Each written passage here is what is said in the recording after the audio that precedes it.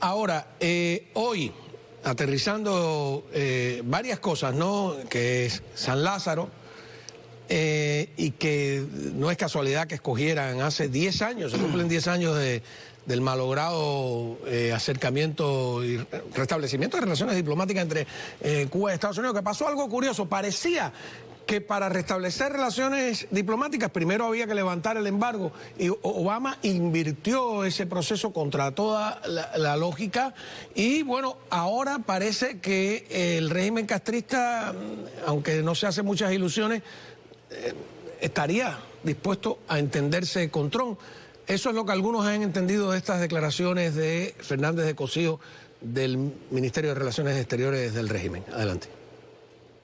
Y hacia adelante, Cuba tiene la disposición de sentarse con Estados Unidos en búsqueda de una relación seria, una relación respetuosa, pero que por supuesto tiene que atenerse al respeto a los derechos soberanos de Cuba, a nuestro derecho a la libre determinación y en la no injerencia en nuestros asuntos.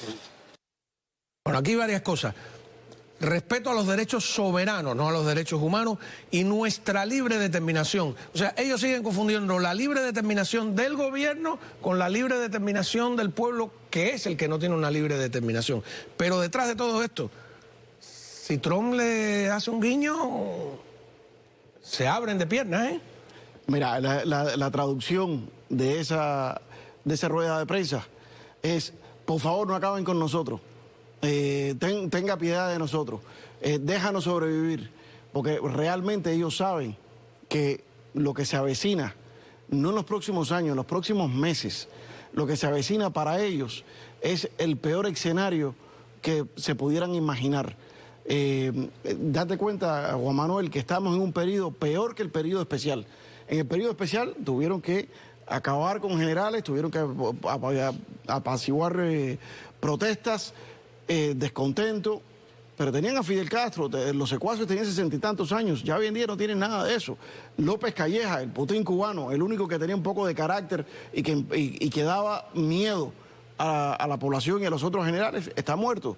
Tienes dos payasos, que es Marrero y este otro, Díaz Canel, que son empleados de segunda categoría. Yo no los contrataría aquí para que fueran limpiabotas míos. Entonces, verdaderamente no tienen rumbo, no tienen nada.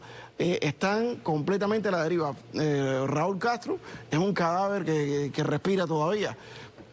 ¿Qué futuro pueden tener? O sea, el único que le queda es Alejandro Castro, que no tiene cerebro, que lo que tiene es un poquito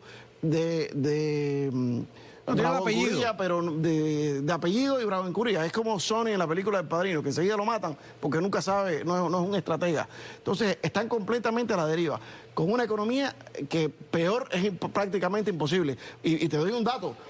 Este año Cuba ha recibido, dicen ellos, que de unos 2 millones de turistas. Miami recibió 20. Vamos a poner la cosa en perspectiva. Prácticamente la administración entrante de Trump, España 50 no tiene millones. que hacer absolutamente nada. España 50, no, pero es que Orlando es 60. Entonces, no tiene que hacer Trump nada. Lo único que ellos están bregando a tratar de conceder, y por eso es que hay ahora un movimiento a última hora de los procastristas en Estados Unidos, de tratar de ver si Biden hace algo a última hora.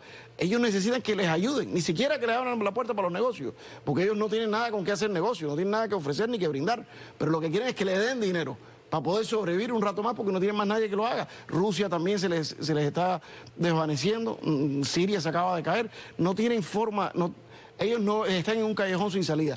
Y si ahora viene la administración Trump y Marco Rubio, y no solamente no hacen nada, sino le dan el empujón final, lo que ellos tienen que estarse preguntando es: ¿en qué momento me voy de Cuba?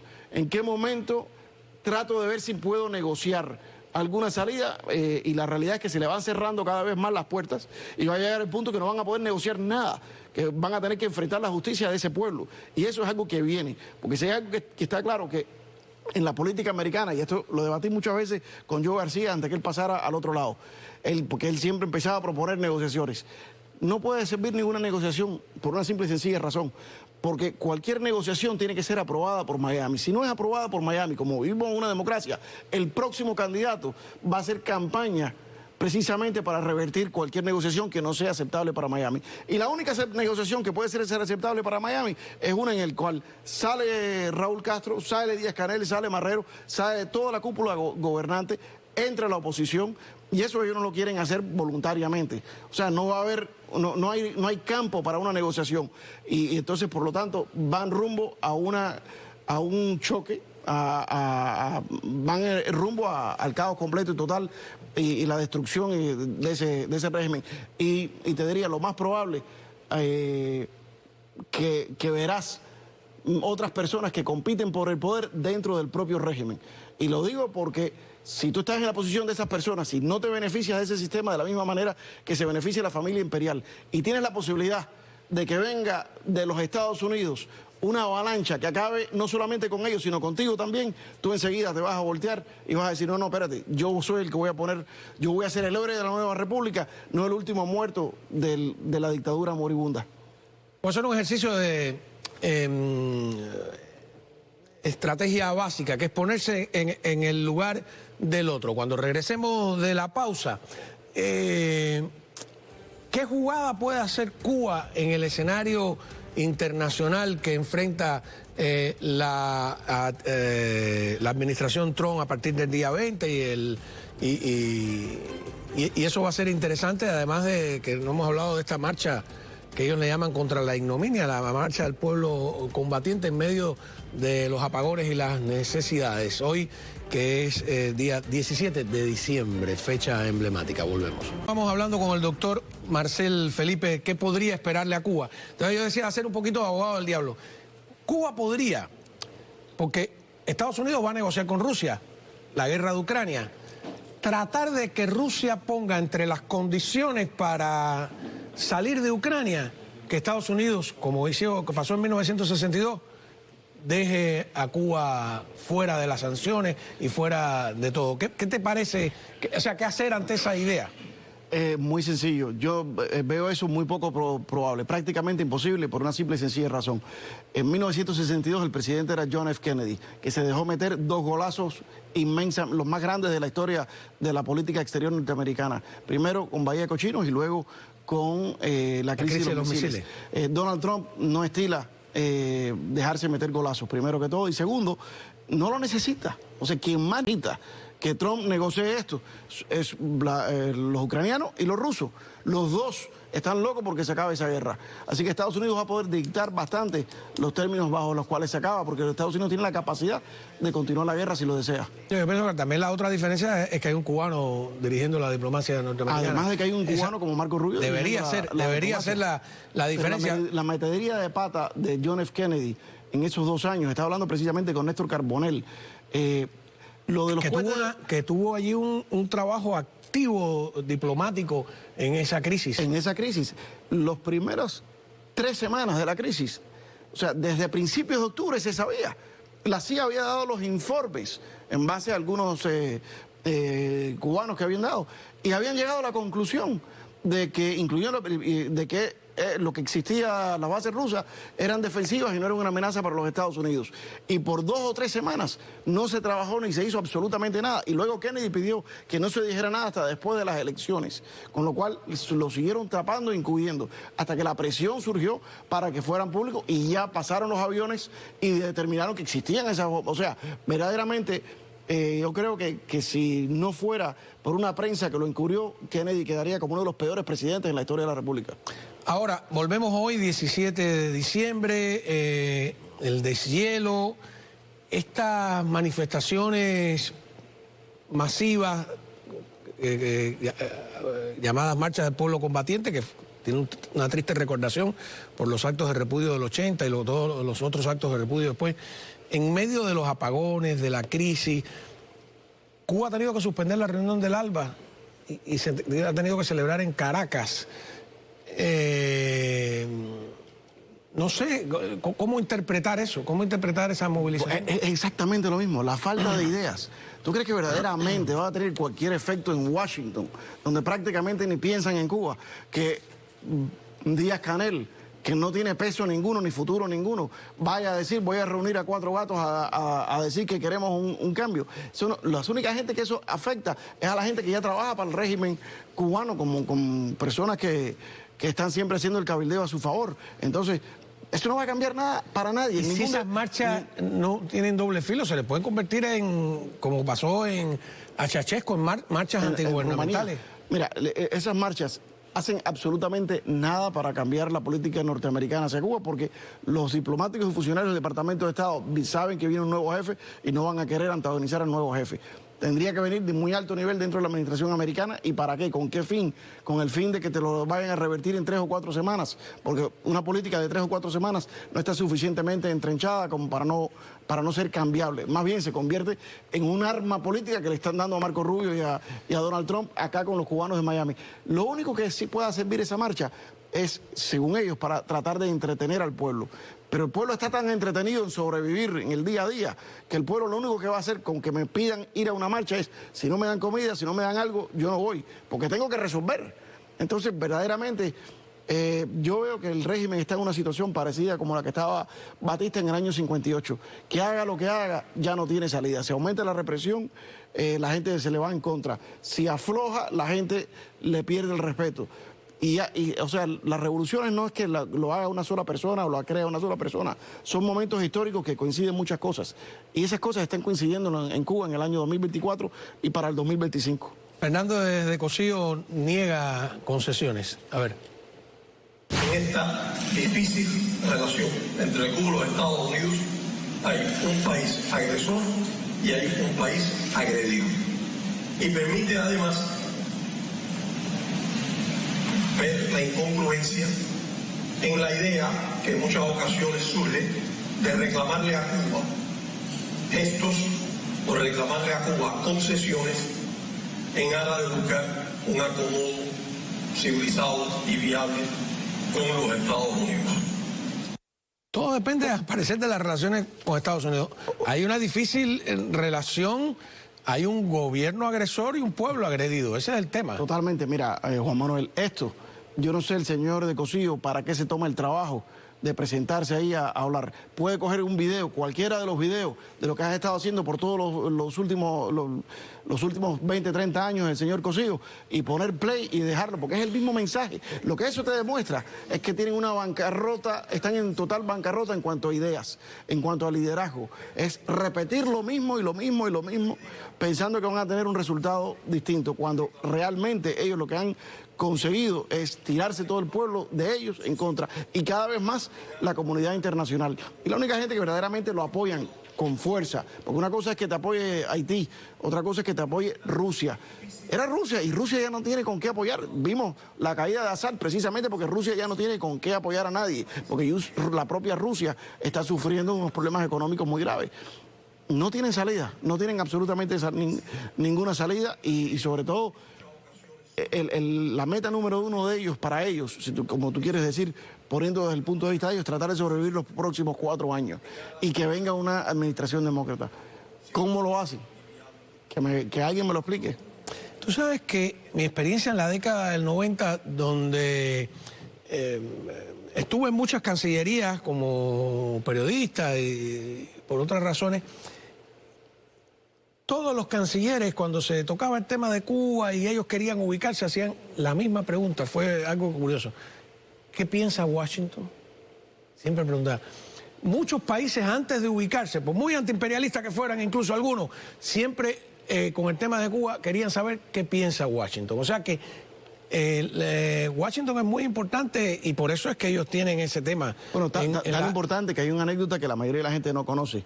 En la época de Fujimori le propuso a varios países del Cono Sur una invasión armada, militar, a Cuba. Es decir, le digo a todos, el problema es el gobierno castrista, que es el que tiene vuelto esto, nada. Y varios países le dijeron sí, siempre y cuando Washington esté de acuerdo. Y en esa época, era la época de Bill Clinton le dijo, nosotros no estamos de acuerdo.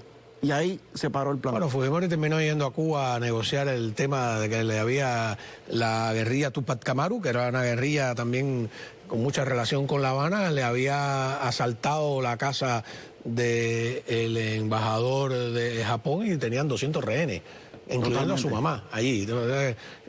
Esta gente son de una violencia que siempre hay que tomarla en cuenta, no se puede totalmente menospreciar. Pero cada vez ellos pierden su capacidad de ejecutar violencia como lo hacían en otras épocas y de reclutar espías. O sea, Ana Belén Montes, este otro señor que acaba de ir preso, todos fueron reclutados en los años 70, cuando ideológicamente ellos motivaban a jóvenes estudiantiles. Hoy no motivan a nadie, hoy motivan a muy poca gente, porque no... ¿Qué es lo que tienen para motivar? ¿Qué es lo que tienen para demostrar? Uno, para motivar y captar de esa manera, tienes que inspirar algo. Ellos ya no inspiran nada. Cuando tú ves a un Díaz-Canel todo gordito, rosadito, sin haber verdaderamente ganado el puesto que tiene, no inspira ni miedo, ni respeto, ni admiración, no inspira nada. Entonces, verdaderamente, ellos han perdido mucho todas sus habilidades, en todo sentido.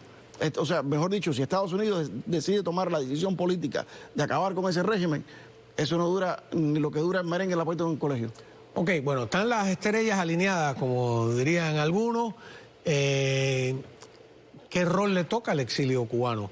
Porque de repente también, el otro día, que aquí yo varias veces he cuestionado, quisiera saber de verdad hasta dónde va a llegar Rubio, y hay gente que, bueno, ya no quieren que toque a nuestros congresistas, que no se les presione, ni con el pétalo de una rosa. Yo creo que tal vez nuestro papel es todo lo contrario, es recordarle a ellos cuál es su rol. Pero ¿cómo lo hacemos? ¿Cómo debe hacerlo el exilio? Bueno, primero que todo, yo creo que en el caso del senador Rubio, no hay que controlarlo, hay que desatarlo. Y porque creo que él quiere, igual que tú, igual que yo, él quiere ver ese cambio en Cuba genuinamente, no por motivos políticos. O sea, a veces pensamos que nuestros líderes políticos son gente muy calculadora y que ponen siempre la política por encima de todo. No fue el caso de Bob Menéndez. A Bob Menéndez Obama le dijo, no tienes por qué oponerte a mi política de Cuba si tus votantes no son mayoritariamente cubanos. Y él le dijo, sí, tienes toda la razón. No se trata de un tema político, se trata de un tema personal. Y yo creo que para Marco Rubio también es un tema personal, ha sido parte emblemática de su carrera. Por lo tanto, lo que creo que tenemos que hacer, lo primero que tenemos que hacer es demostrarle al presidente de los Estados Unidos que nosotros apoyamos al secretario de Estado Marco Rubio y que siga las indicaciones y recomendaciones del senador Marco Rubio por encima de todo. Y por supuesto, hay que siempre darle el apoyo al senador Rubio para que él se sienta, y creo que él se siente con la confianza dentro del gobierno americano para poder decir lo que piensa sin tener miedo de que lo acusen de tener un conflicto de interés, de que si estás por el lado de Cuba, por el lado americano. Eso es fácil, o sea, el lado cubano es el lado americano, porque el lado americano es el lado de la libertad, de la justicia, el lado de tener vecinos, incluso desde el punto de vista ideológico, desde el punto de vista geopolítico, de tener vecinos que te apoyan, vecinos que si eres una potencia mundial, vecinos que te apoyan, porque lo único que pudiera salvar a Cuba en este momento, lo único, es precisamente que un gobierno como el chino o como el coreano le meta unas bombas nucleares dentro de Cuba para chantajear a Estados Unidos y volver a negociar. Esa es la única jugada y eso no va a suceder. Con lo cual, eso puede salir mal, ¿sabes? Y le puede salir mal, y le puede salir mal. No tienen, por eso te digo, no tienen solución. Yo creo que Marco Rubio lo va a hacer. Creo que el primer rol del exilio cubano es apoyar al senador Rubio, darle el beneficio de la duda en todo lo posible, porque creo que lo que él deje de hacer no va a ser porque no quiera, va a ser porque no pueda. Eso no quiere decir que los periodistas tienen que hacer su trabajo, por supuesto, y siempre veremos sobre la marcha cómo van las cosas. Pero ahora, ellos pueden acusarnos a nosotros de platista por aquello de la enmienda Platt, que querer atar el destino de Cuba al de los Estados Unidos, pero cuando tú revisas, yo estaba aquí haciendo apunte histórico, desde 1492, que llega Colón a Cuba, hasta 1898, el destino de Cuba estuvo atado a los sucesos históricos en Europa, porque Cuba era España Los que vivían, los cubanos españoles eran ciudadanos españoles, súbditos de su majestad, etcétera, etcétera, y si eran pendientes de las guerras entre Francia, Inglaterra, España, Manuel, además, las guerras internas tú sabes, el trienio liberal, cuando derrocaron a Isabel II, cuando Napoleón entró en 1808 en España. Eso era lo que influía hasta 1898. Pero desde 1898, para terminar brevemente la idea, hasta hoy, todos los cambios importantes en Cuba han tenido que ver con Estados Unidos. 1898, Estados Unidos interviene en la guerra hispano-cubano-americana. 1906, cuando se forma crisis entre liberales y conservadores, los americanos intervienen. 1917, cuando la chambelona también. 1933, la caída de Machado. Estados Unidos le retiró todo el apoyo a Machado, no sé cuánto. Y 1958, cuando le retiran el apoyo a Batista. Es decir, si vemos los precedentes, Estados Unidos ha tenido una influencia importantísima en la historia de Cuba. No solamente en la historia de Cuba. Estados Unidos ha tenido un papel importantísimo en la historia de Rusia, en la historia de China, en la historia de todos los países del mundo, porque es la primera potencia del mundo. Y no es solamente la primera potencia del mundo en este momento, es la primera potencia del mundo en la historia del mundo. Estados Unidos hoy en día es más importante de lo que era Roma en la época de Roma.